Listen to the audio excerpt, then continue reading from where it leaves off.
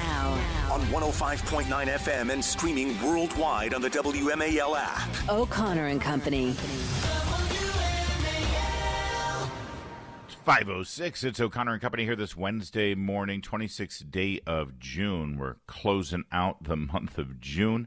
We are almost officially halfway through 2024, and we are charging forward not only to tomorrow's debate, which I don't know why. I still don't think it's going to happen. I'm still shocked that this debate is going to happen tomorrow. You know, unless lightning strikes, Larry. Well, or shenanigans. Anyway, tomorrow's debate, which you can hear live here on WMAL, by the way. If you're interested, you will hear every moment of that debate right here on your favorite place to get your news, information, entertainment, and analysis.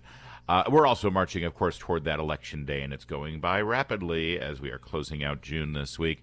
Later this morning at 6:35, Cal Thomas will be here. 7:05, our pal Angela Morabito of the Defensive Freedom Institute. 8:05, Riley Gaines on last night's big rally to save women's sports, but also personal news for Riley. She's got a brand new book that hit yesterday, and we're going to talk about that.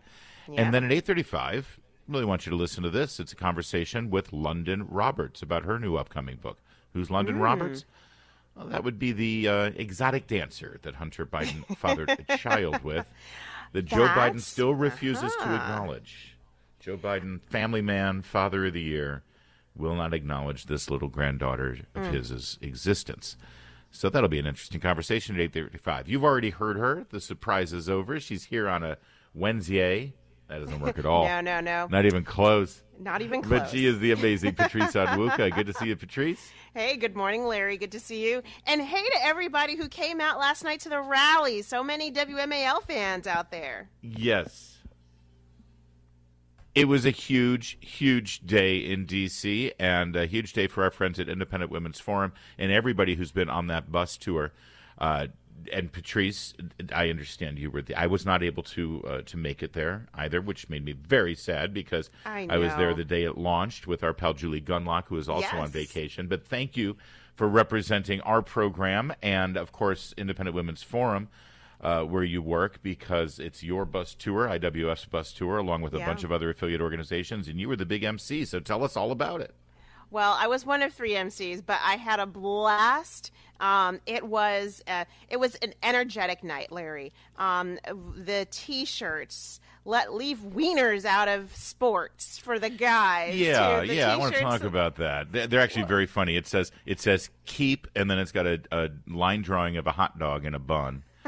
Keep hot dogs out of women's sports or wieners. I mean, I do like the odd hot dog now and again when I'm seeing a game. And we did have hot dogs, but that was the message of the night.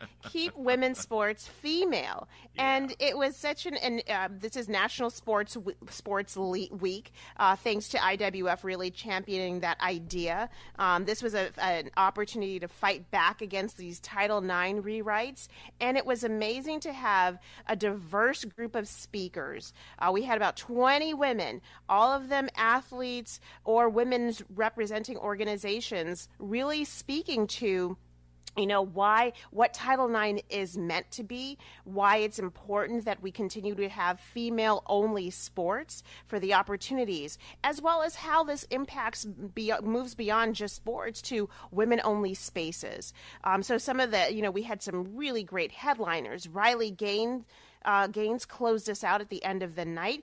I mean, you've heard Riley speak. You've seen her. She knocked it out of the park. Oh, yeah. But it was so awesome to also have Martina Navratilova there. She came in just for this event. And, world-class tennis star.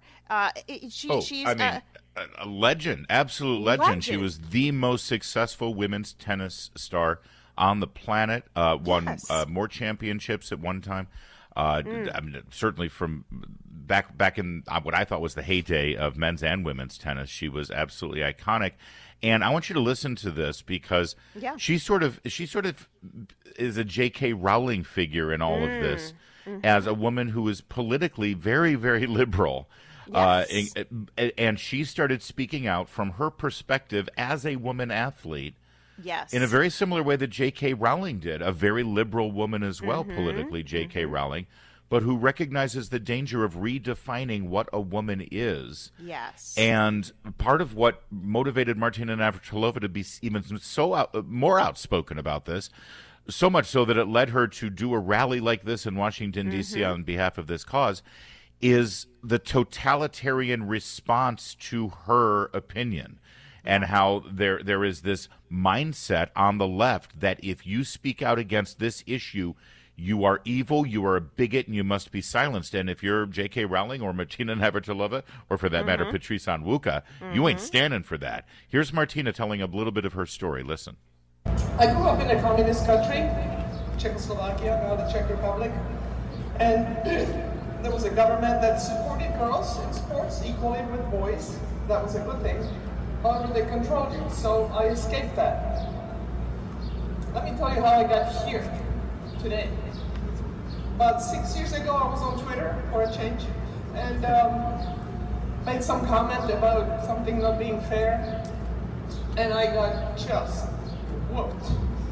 You need to educate yourself, you don't know what you're talking about, blah, blah, blah. Okay, so I educated myself, stepped away, did not speak about trans issues at all. Then about 4 years ago, Nancy Hoxton-Maycock, who will be one of the speakers here, I've known her forever, and Donna DeBarona, members of this yet unnamed group then, asked me if I would come to a Zoom and be a part of the group. Yeah, and it was funny. She suddenly found herself up against this totalitarian mindset that That's you're right. Uneducated, you're stupid, you're a bigot, you're a crazy right winger. And Martina said, "Yeah, all right, that That's means exactly I'm going to what get I'm even not." more passionate." Well, and so what I loved about last night is that we had feminist groups, women's groups that we would not agree with on most any other issues, but on this particular issue about protecting women's rights, with hard-fought rights, whether you're talking about Title IX or going beyond that, we were standing arm in arm, sister to sister. And we had women who are lesbians, women who have been fighting, women who run the political spectrum. All saying the same thing, which is that even women who, even trans women who, they live their life the way they do, but they say, no, we should not be playing in biologically female sports. And so that was the clear message. We wanted to send that message to D.C., to the lawmakers. We recognize that there is now a CRA, a Congressional Review Act, that's been introduced by a couple of champions in Congress right now to overturn Biden's rewrite of Title IX, which, by the way, goes into effect on August 1st. But we wanted to send that message loud and clear. This is probably the biggest stop on the tour. We have a couple more, Virginia Beach, and you can go to IWF's website to see the rest of the tour dates this week. But this was an opportunity for us to say, this is not a partisan issue. This is not a Republican-only issue. This is not a right issue. This is a women's issue, and all women should be standing up. Not just some women, but all women should be standing up for women's rights, women's opportunities, and women's freedoms. You're right, and I'll just add to that men as well. And I want to talk a bit. We're gonna continue talking about this, and I want to, since you're a policy person, I want to ask you about what is being done in Congress and what the prospects are. Since this is an election year, and people tend to sort of choose which side they're on an election year based on what they think is going to help them keep their seat or win a seat, or even a house for that matter, a big White House. So we're going to talk about that a little bit more, and I want to talk about how I think, sadly, too many men feel like they're not allowed to say anything about this, that this isn't our, we may be on your side, but we shouldn't take the front and center position because, this is really more a women's issue that women need to talk about. And that's not true. It's time for dads and husbands and brothers to step up too. So we're going to get into that a little bit more on this very important issue that was right here in our backyard. National news, international news, really, since Martina was involved and she's such an international icon. We'll get more info on this in a moment. First, though, it's WMAL, making sense of the headlines because common sense isn't so common. Download the WMAL app to stream us for free. It is not nice to further a lie, and it isn't mean to believe in women's equality. We deserve our own sports, privacy, fairness, and safety. We deserve a chance to compete, and we deserve the chance to win. That is former American gymnast Jennifer Say. We had her on the program last week. People will also remember Jennifer Say's new corporate life, where she was, I think, the vice president of marketing for Levi Strauss. She got canceled and fired because she spoke out against the COVID lockdowns. That's so she's kind of getting it. You know, there's so many angles to this. You know, women who want to be able to compete on a fair playing field. You've got women who want their private spaces. You know, I read Riley Gaines's book last night, and the harrowing story about what it was like to change in that dressing room next to 6'4" Leah Thomas, fully intact biological male. It was harrowing. I was so terrified for those girls in that locker room. You've got the women who are injured from playing against men, like Peyton, who we had on yesterday on the show. And you've got, of course, women who are women who are speaking out about the fact that they're losing economic opportunities, educational opportunities, because they're not getting an NCAA scholarship through athletics because it's going to a biological male. There's so many angles to this, and I know they were all represented with all those great speakers, Patrice.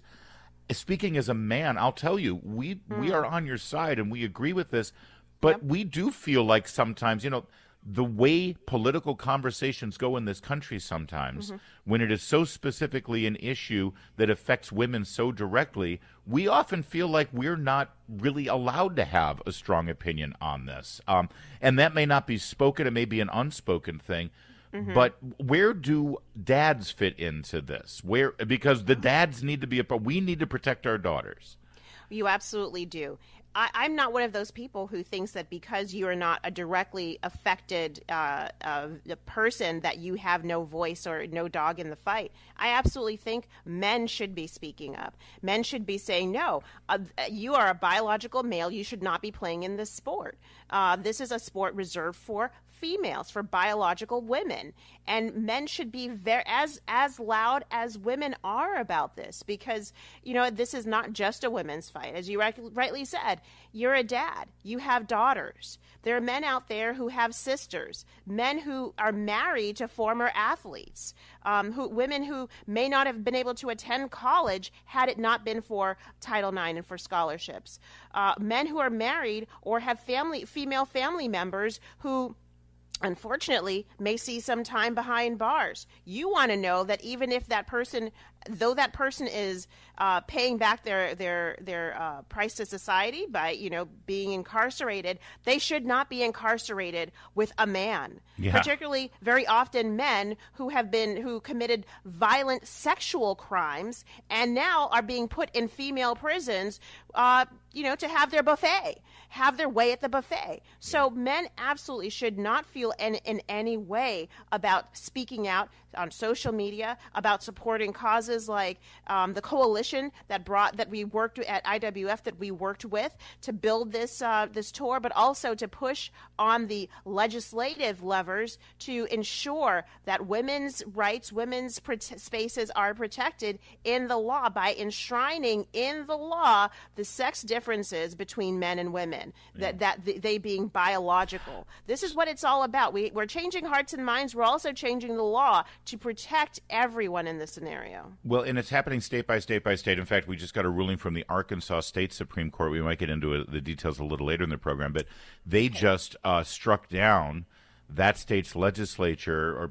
that tried to, and actually, I'm sorry, I shouldn't assume it was a legislature. It could very well have just been the bureaucracy in the state of Arkansas that changed the DMV guidelines for IDs to be able to be male, female, or have a third category of, gender neutral. And Arkansas State Supreme Court yesterday said, no, there's no such there's no such thing as gender neutral. It's male or female. Take your pick. This is a state ID. It's there for a reason. You need to be able to identify somebody if you're for whatever purpose. So, but obviously, the ramifications of having the IWF Our Bodies Our Choice, Our Bodies Our Sports bus tour here in Washington, it has those national ramifications. You know, you all wanted to be in front of Congress. So where does that stand? You mentioned it a little bit about reviewing this Title IX thing. What can the administration, the Biden administration, with Title IX just decide? Title IX was like a page and a half when it was first passed 50 years ago, and now it's going to be 1,500 pages long. What's Congress's role here? Can Biden just do this on their own? What is this process right now in terms of where it stands? So there are a couple of different tracks to push back on this horrible rewrite. Number one, there's the Congressional Review Act. I mentioned it right before the break. The CRA is really just a tool Congress has to overturn regulations passed by a federal agency. There's a clock attached to it, so that once it's introduced, it needs to be passed out of committee and voted on by the House and Senate. The president may or may not sign the CRA. Surprise, surprise, Biden would probably not sign an overwrite of his Title IX, an override of his Title IX rewrite, right? And so then the full Congress would have to vote on it with a large enough margin to overcome that veto. That said, there's also the legal track where organizations like IWF is suing the Biden administration over this Title IX rewrite on a number of different grounds. But it's, whether this is done through Congress, whether it's done through the courts, or frankly, whether it's done through a new administration that rewrites the rewrite of these regulations. This has to be overdone, and it can be overdone. And I just want to give a shout out to Congresswoman Mary Miller, who introduced the Congressional Review Act, as well as Senator Hyde Smith, who, both have been champions on this. It's important to get as many Republicans to be co-sponsors of this bill, and then when it passes out of committee, to vote on this bill in the House and the Senate, and really stand up and make your voice heard. Yep. What is your position? I need to understand why every Republican isn't co-signing onto this. It's a no-brainer. Come on, Republicans, stand for something. 8:05, Riley Gaines will join us, talk about the rally and about her new book. Right now, it's 5:24. Now. On 105.9 FM and streaming worldwide on the WMAL app. O'Connor and Company. It's 5:36 on this busy Wednesday morning. We're getting you where you need to go. At 6:35, Cal Thomas will be our guest. At 7:05, we'll speak with Angela Morabito, friend of this program, and spokesperson for Defense of Freedom Institute. 8:05, Riley Gaines, talk about her brand new book and maybe a little bit more reflection on yesterday's big bus tour in D.C. 8:35, London Roberts. She is the woman who fathered a child with Hunter Biden. That child still not really acknowledged as a full and complete human being or member of the Biden family by your president, Joseph Robinette Biden. We'll talk to London Roberts at 8:35. I'm Larry O'Connor alongside Patrice Onwuka. Good morning, Larry. And hey, everybody. So good to see a lot of folks last night. Good morning, Patrice. I'm sorry. I'm a little taken aback right now. This is kind of sad that yesterday was primary day. And a familiar face and voice and personality here in Washington, D.C., lost in a stunning wipeout defeat.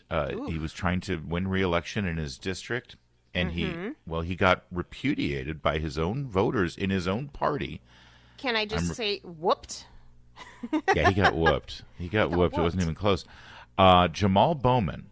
You know him well from his antics over the last several years. Jamaal Bowman has been sent packing.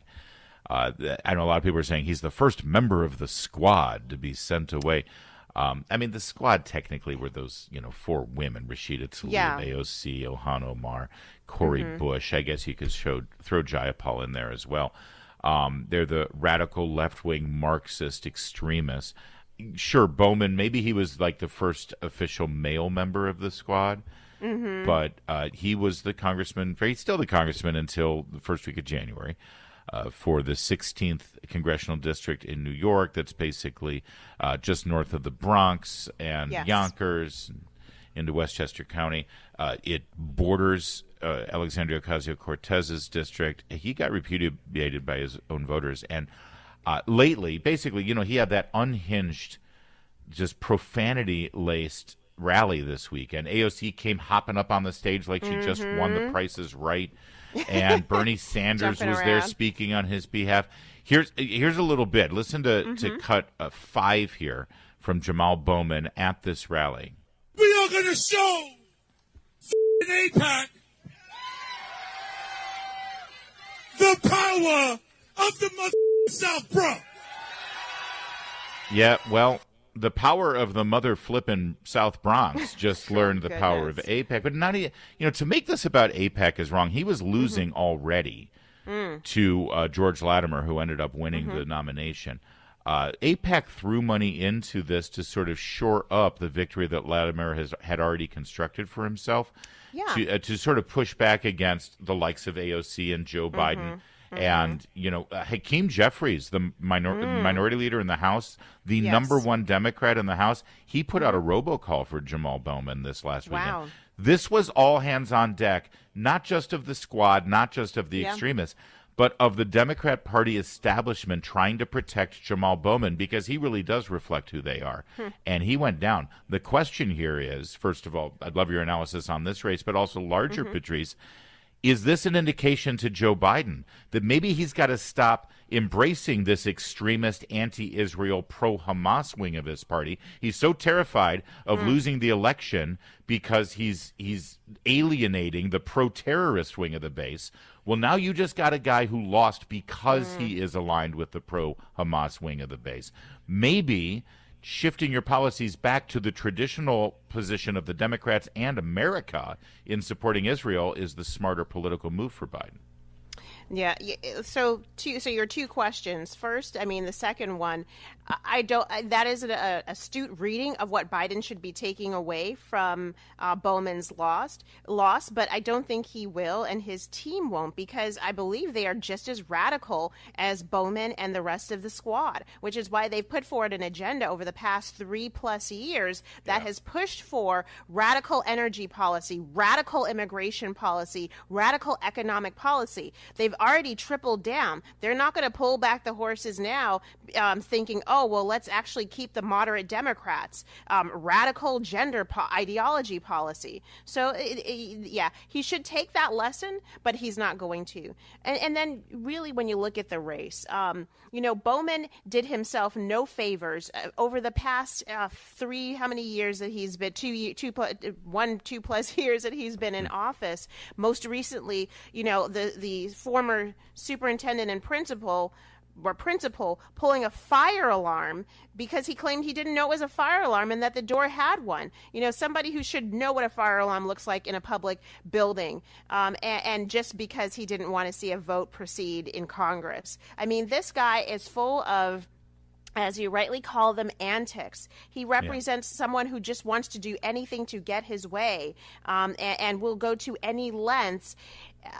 We used to have some decorum, and we've talked about this when we talk about the cat fights, but he was not delivering for the people of his district, and not just the black and brown people that he claims to represent, but all of the people. And so maybe instead of focusing on, trying to be so virulent, so outrageous, so inappropriate in so many contexts, maybe he should actually have listened to his constituents and read the room and figured out, okay, well, maybe I shouldn't be so aggressive, so far to the left. Maybe I need to actually listen to the people that I'm representing and what they want. And they spoke very loud that George Latimer is the person that they wanted. He probably very well enough known in the district to mount a reasonable challenge because he's a reasonable candidate. So I'm not one of those people who thinks that politics right now is so far to the left or so far to the right that you can't be reasonable,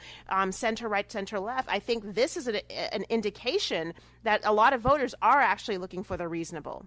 Well, you'll remember that Joe Biden has been bragging on the campaign trail about how he has defied a Supreme Court decision that says that his attempt to bail out people from their student loan debt unilaterally with money that was never allocated for such a thing from Congress, through an executive action that was never voted on through Congress, the Supreme Court continues to block those attempts, and he brags about the fact that he circumvents the judicial branch. He circumvents the Constitution, like an anti-democracy, anti-constitutional authoritarian, because we're supposed to be afraid that if Trump becomes president, then that's the end of democracy. And at the same time, Biden is bragging about thwarting our democratic process and our Constitution. Well, yesterday, two judges, both Obama judges, by the way, stopped this $558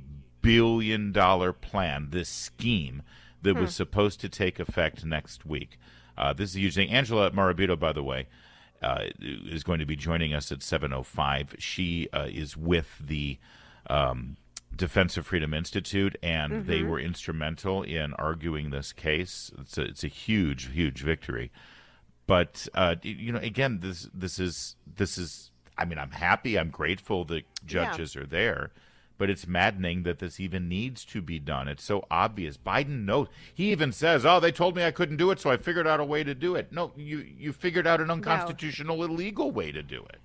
Exactly. He keeps coming back with the same art, with the same intent, maybe like a different path to get there, and he's still wrong on all of these fronts.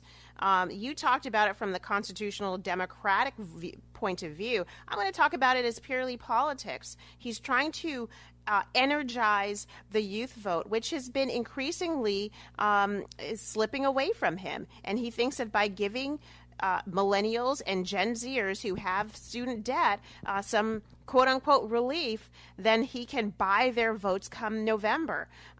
And it's not going to work. I mean, these folks are expecting this latest bailout to pass, to come through. It's now being halted, but he wants to have that talking point that he tried to give student loan forgiveness, and that Republican MAGA-controlled Supreme Court or state courts, are blocking him. Well, these are Obama appointees, so he may not be able to fall back on that line of attack tomorrow during the debate.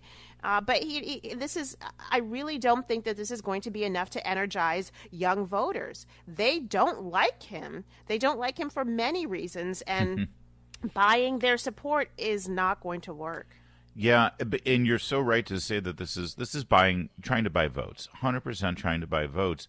And it's so typical of Joe Biden, if you look at his, over 5-decade career in public office, but kind of typical of Democrats, or at least, your typical establishment, long-time, old-school elected official. And sadly, there are too many Republicans who fall into that equation, too, where it's not just buying votes, but it's buying votes with other people's money.